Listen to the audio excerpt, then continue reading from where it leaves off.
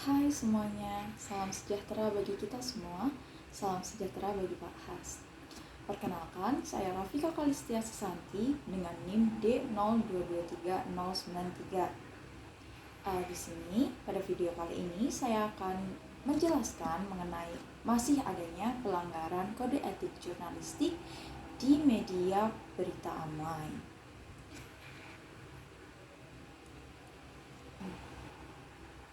Baik, saya menemukan satu berita yang masih melanggar kode etik jurnalistik. Berita tersebut berjudul, "Sebelum viral, kepala madrasah sudah 2 kali tegur guru dan murid yang terlibat video mesum." Berita ini dipublish oleh Viva News and Insight edisi 28 September 2024. Di dalam berita ini terdapat pernyataan atau sudut pandang dari kepala sekolah madrasah dalam menanggapi kasus di sekolah tersebut. Baik, kita masuk ke latar belakang masalah. Jadi sebelum banyak media yang memberitakan tentang kasus ini sudah mencuat di media sosial, terutama di platform X. Kasus ini langsung menjadi perbincangan hangat dan dibahas oleh banyak pengguna media sosial X. Kemudian banyak wartawan dan juga media mendatangi dan mewawancarai pihak-pihak terkait untuk mengumpulkan data dan selanjutnya menjadikan sebuah berita dan dipublikasikan seperti itu. Namun masih banyak wartawan ataupun pihak media yang sengaja maupun tidak sengaja melanggar kode etik jurnalistik. Dari topik yang saya angkat, saya mendapatkan 3 pelanggaran kode etik jurnalistik, yaitu dari pasal 3, pasal 4, dan juga pasal 5. Kemudian setelah ini kita akan membahas apa saja pelanggarannya, apa saja bentuknya, bagian mana yang melanggar kode etik jurnalistik. Serta selanjutnya saya akan memberikan saran mengenai bagaimana cara penulisan berita yang benar dan tidak melanggar kode etik jurnalistik. Baik, pelanggaran pertama yang saya temukan dari berita ini yaitu pelanggaran kode etik jurnalistik pada pasal 5.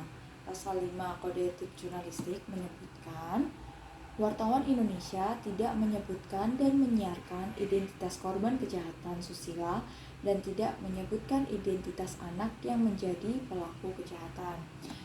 Dalam berita ini, walaupun tidak secara gamblang menyebutkan siapa nama pelaku dan siapa nama korban, bahkan tidak menyebutkan inisial dari pelaku dan juga korban, namun berita ini menyebutkan ciri-ciri yang spesifik dan menjurus kepada identitas korban. Jadi kita dengan gampang menemukan siapa identitas korban tersebut. Yang pertama itu ada penyebutan tempat. Jadi di berita ini penulis itu menyebutkan nama tempat daerah di mana korban ini bersekolah atau berasal, seperti penulis menyebutkan di salah satu sekolah madrasah aliyah di Kabupaten Gorontalo. Kemudian yang kedua ada penyebutan jabatan. Berita ini hasil dari wawancara dengan kepala sekolah itu menyebutkan jika siswi ini memiliki jabatan sebagai ketua OSIS di sekolah tersebut. Nah, ini juga membukakan jalan untuk masyarakat Indonesia bisa menemukan siapa korban tersebut. Kita bisa langsung lihat dari media sosial maupun internet, karena dari berita ini juga menyebutkan nama lengkap dari kepala sekolah di sekolah ini. Jadi kita bisa langsung search kepala sekolahnya namanya siapa, dia ada di sekolah mana. Kemudian kita bisa lihat di akun media sosial OSIS dari sekolah tersebut, dan kita bisa melihat siapa ketua OSIS perempuan yang menjabat di sekitar tanggal ini begitu. Dan kita bisa langsung mengetahui identitas dari sang korban seperti itu. Kemudian yang ketiga itu menunjukkan pakaian identitas. Jadi di berita ini penulis itu mencantumkan gambar atau tangkapan layar dari video asli yang tersebar di media sosial. Dan di dalam tangkapan layar tersebut, walaupun muka dari sang korban itu disamarkan, namun sang penulis tidak menyamarkan semua tangkapan layar itu, jadi masih terlihat jika sang pelaku dan sang korban menggunakan pakaian identitas dari sekolah mereka berasal, dan ini membukakan jalan lagi, memudahkan bagi semua masyarakat Indonesia itu mengetahui siapa korban dari kejadian ini, seperti itu.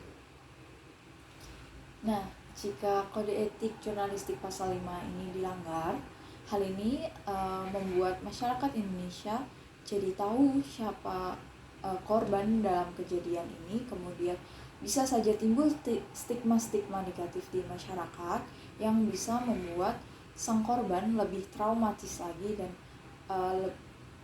jiwanya atau mentalnya bisa lebih terguncang, seperti itu. Selanjutnya kita masuk ke pelanggaran kedua yang saya temukan, yaitu pelanggaran kode etik jurnalistik pasal 4. Kode etik jurnalistik pasal 4 menyebutkan bahwa wartawan Indonesia tidak membuat berita bohong, fitnah, sadis, dan juga cabul. Pada berita yang saya temukan, saya menyoroti bahwa wartawan Indonesia tidak boleh memberitakan suatu berita dengan unsur cabul. Jadi di berita yang saya temukan ini, penulis berita mencantumkan gambar tangkapan layar asli dari video asli antara korban dan juga pelaku. Nah, grafis seperti ini, grafis yang dicantumkan itu bisa saja bagi sebagian pembaca itu meningkatkan imajinasi mereka dan juga meningkatkan hawa nafsu mereka setelah melihat grafis seperti ini. Baik, baru saja saya selesai menjelaskan tentang 3 kesalahan atau 3 pelanggaran kode etik jurnalistik dari berita yang saya temukan. Nah, setelah ini saya akan membahas saran dan juga pembetulan dari kesalahan atau pelanggaran kode etik jurnalistik sebelumnya.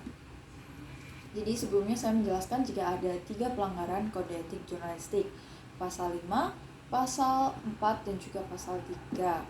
Yang pertama yaitu dari pasal 5 tentang seharusnya wartawan itu merahasiakan identitas dari pelaku dan juga korban. Padahal dari berita yang saya temukan, penulis atau wartawan tetap bisa saja membeberkan identitas dari seorang korban dengan ciri-ciri spesifik yang mereka berikan. Jadi saran dari saya yaitu yang pertama, seorang penulis berita bisa menyebutkan saja ciri-ciri dari korban itu sebagai seorang siswi SMA sederajat di Kabupaten Gorontalo, tanpa menyebutkan ciri-ciri lainnya, seperti tadi kalau korban itu adalah ketua OSIS di sekolahnya. Itu benar-benar ciri-ciri yang sungguh-sungguh spesifik terhadap korbannya. Kemudian pihak penulis tidak perlu mencantumkan seperti madrasah aliyah negeri, hanya menyebutkan SMA sederajat saja itu sudah cukup. Kemudian dari pihak penulis itu tidak perlu mencantumkan gambar yang memperlihatkan identitas dari sang pelaku dan juga korban. Seperti yang sudah saya jelaskan tadi, seorang penulis ini memberikan tangkapan layar atau gambar yang memperlihatkan sang pelaku dan sang korban menggunakan seragam batik identitas dari sekolahnya. Kemudian saran saya untuk pelanggaran yang kedua yang saya temukan yaitu pasal 4 tentang yang saya highlight itu wartawan tidak boleh memberitakan berita yang berbau cabul, yang sudah saya jelaskan tadi bahwa berita ini itu menggunakan gambar atau tangkapan layar dari video aslinya. Jadi, saran dari saya, seorang penulis tidak perlu mencantumkan gambar asli dari video yang sudah beredar. Hal itu, seperti yang sudah saya jelaskan tadi, bisa menimbulkan imajinasi liar dan juga hawa nafsu yang meningkat dari beberapa pembaca. Saran dari saya, seorang penulis bisa saja tidak usah mencantumkan gambar tersebut, tapi menggunakan kalimat seperti beredarnya video syur yang melibatkan siswa dan juga guru.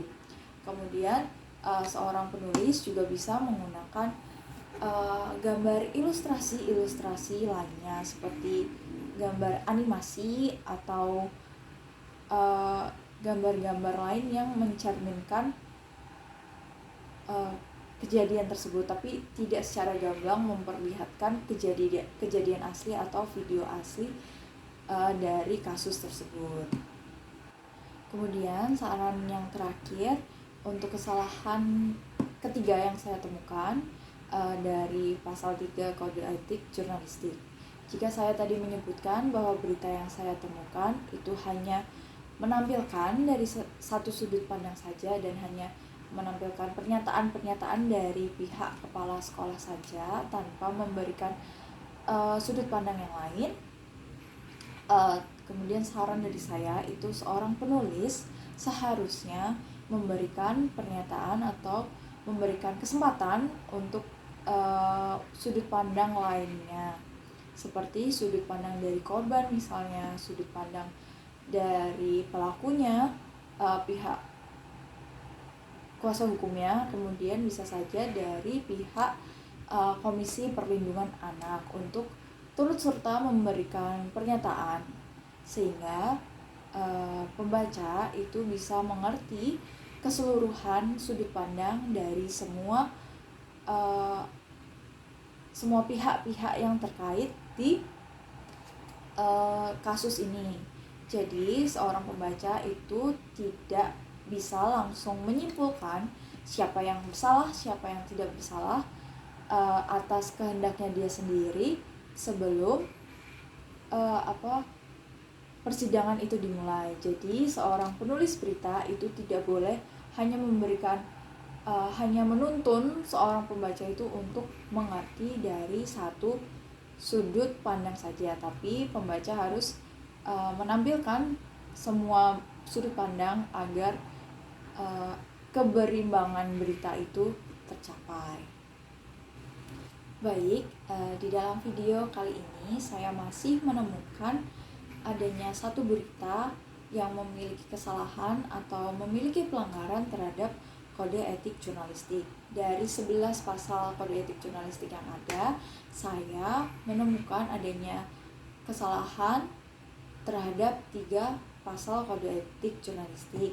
Seperti yang saya sudah jelaskan sebelumnya, saya menemukan kesalahan terhadap pasal ke-5, pasal ke-4, dan juga pasal ke-3 Kode Etik Jurnalistik. Saya juga pada video kali ini saya juga sudah menjelaskan bagian mana saja yang memiliki kesalahan. Kemudian saya juga sudah menjelaskan saran dan pembetulan yang seharusnya dilakukan oleh seorang wartawan atau seorang penulis berita agar berita tersebut bisa terpublish dengan baik tanpa melanggar kode etik jurnalistik sama sekali.